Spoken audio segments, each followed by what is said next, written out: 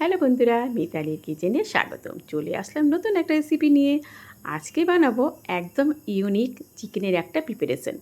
এইটা তোমরা হয়তো অনেকেই খেয়েছো, অনেকে খাওনি।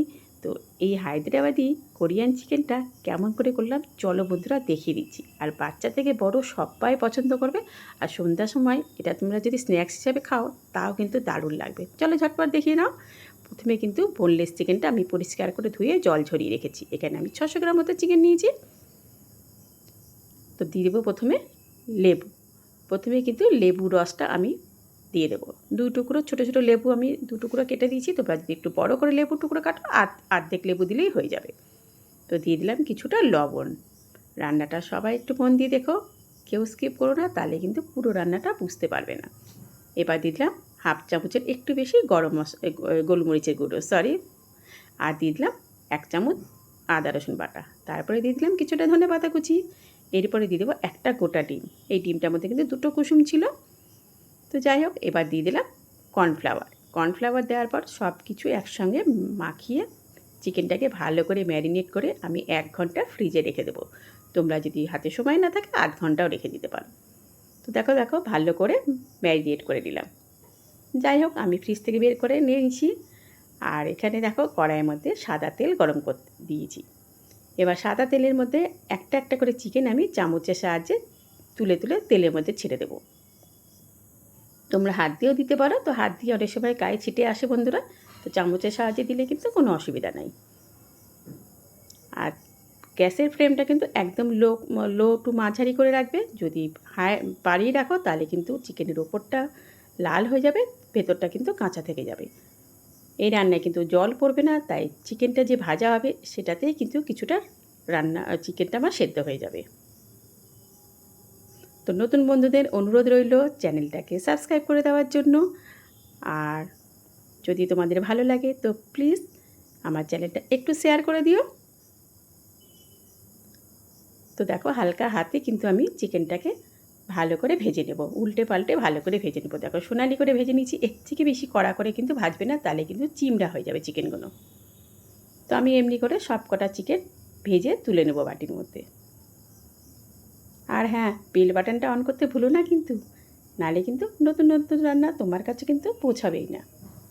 তো যাই হোক, দেখো চিকেনগুলো সব কটা ভেজে নিয়েছি আর খুব জুসি হয়েছে। আর এগুলো কিন্তু এমনিও খাওয়া যায়।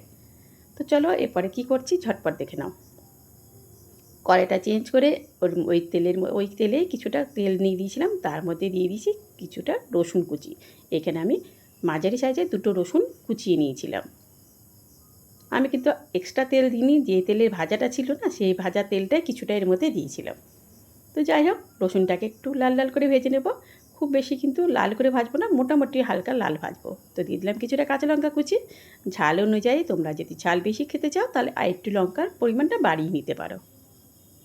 তো রসুন আর কাঁচা লঙ্কাটা একটু ভাজা ভাজা হয়ে যাবে বন্ধুরা।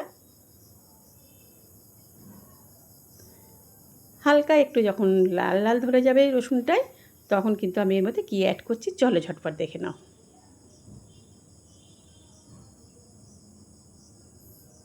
তো দেখো রসুনটা কিন্তু আমার বেশ সুন্দর ভাজা ভাজা হয়ে গেছে। রসুন ভাজার একটা সুন্দর গন্ধ ফ্লেভার বেরোয়, খুব ভালো লাগে।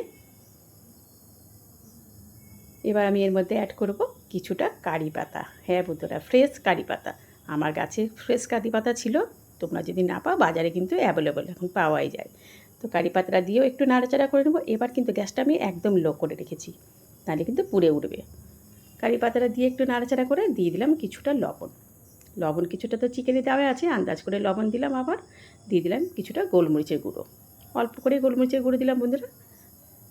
এবার দিয়ে দিলাম 1 চামচ, বড় 1 চামচের বাটারটা দেওয়ার পর এরপরে দেবো আমি কিছুটা ফ্রেশ ক্রিম।